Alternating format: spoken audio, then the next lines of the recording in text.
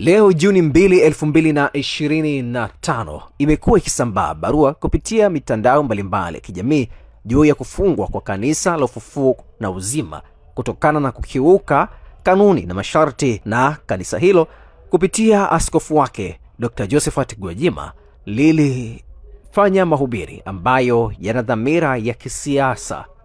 Sasa kumbuke, jana Juni 1, 2025 katika kanisa la Ufufuo na Uzima lililopo Kibo jijini Dar es Salaam, askofu mkuu wa makanisa hayo ambaye ni Dr. Josephat Gwajima alifanya ibada na mahubiri, na katika mahubiri yake alizungumzia masuala mbalimbali, lakini pia miongoni mwa mambo aliyotangaza ni kuwepo na siku za mfungo, ambapo siku hizo zilikuwa zinaanza siku ya leo, ndani yake ikiwa anaiombea serikali, lakini pia kuombea matukio ya utekaji yaweze kukoma nchini, na bila kusahau kumwombea mwenyekiti wa Chama cha Demokrasia na Maendeleo Chadema Tundu Antipas Lissu aweze kuipata haki yake.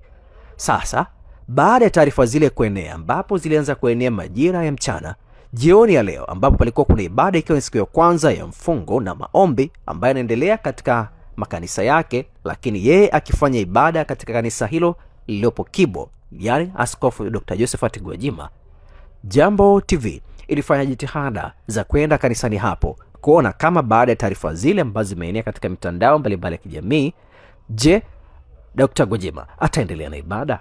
Jitihada zilifanyika, waandishi wakafanikiwa kufika katika kanisa hilo, lakini hapakuwepo na uwezo wa kuweza kuingia ndani ya kanisa hilo, na hata jitihada za kumtafuta Dr. Gwajima mwenyewe ili kuweza kuzungumza naye hazikuwepo. Endelea huku yeye mwenyewe ndani ya ibada hiyo akieleza kuwa hakuna anayeweza kulifuta kanisa hilo.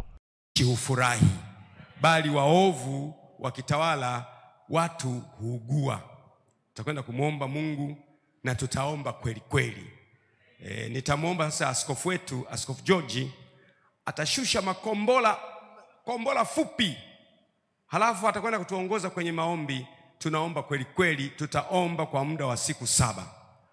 Pamoja na wenzetu wengine wote walio online. Nafikiri umeona kwenye mtandao watu wanapitisha karatasi kwamba kanisa la Ufufuo na Uzima limefungwa. Hakuna wa kufunga kanisa la Mungu duniani. Si kweli, ni uongo, ni wahuni. Hawa wahuni, kale ka kikundi kanakoteka watu. Barua hiyo sio ya serikali. Serikali haiwezi kufanya hivyo. Serikali yetu ni nzuri, haifanyagi mambo kama hayo. Ni vile vikundi vya wale wahuni, vile vikundi vile vinavyoteka watu ndivyo vinasambaza mambo ya namna hiyo.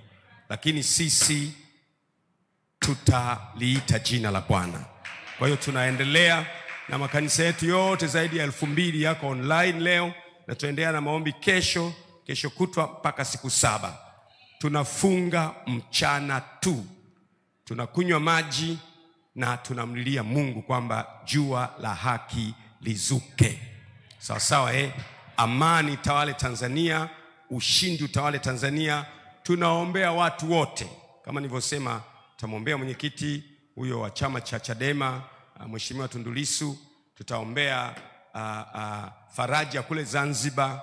Kuna yule shehe ambaye aliuawa juzi, mke wake wawe na faraja na familia zao, na tutaombea watu wote ambao wametekwa au hawajulikani waliko, Mungu awarudishe. Tutaomba kwa bidii sana. Tutaombea Soka, tutaombea Mdude, tutaombea wote wale, tutaombea hata wale ambao huwajui, tutaomba kwa ajili yao ili kwamba kule waliko Mungu awahurumie.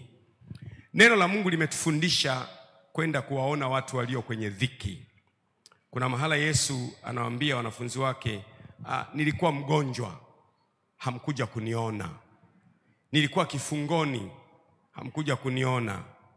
Anawaambia hivyo, alafu anawaambia, watamuuliza, ni lini Bwana? Ulipokuwa mgonjwa au ulipokuwa kifungoni au ulipokuwa uchi hatukuvisha nguo? Ni lini Bwana?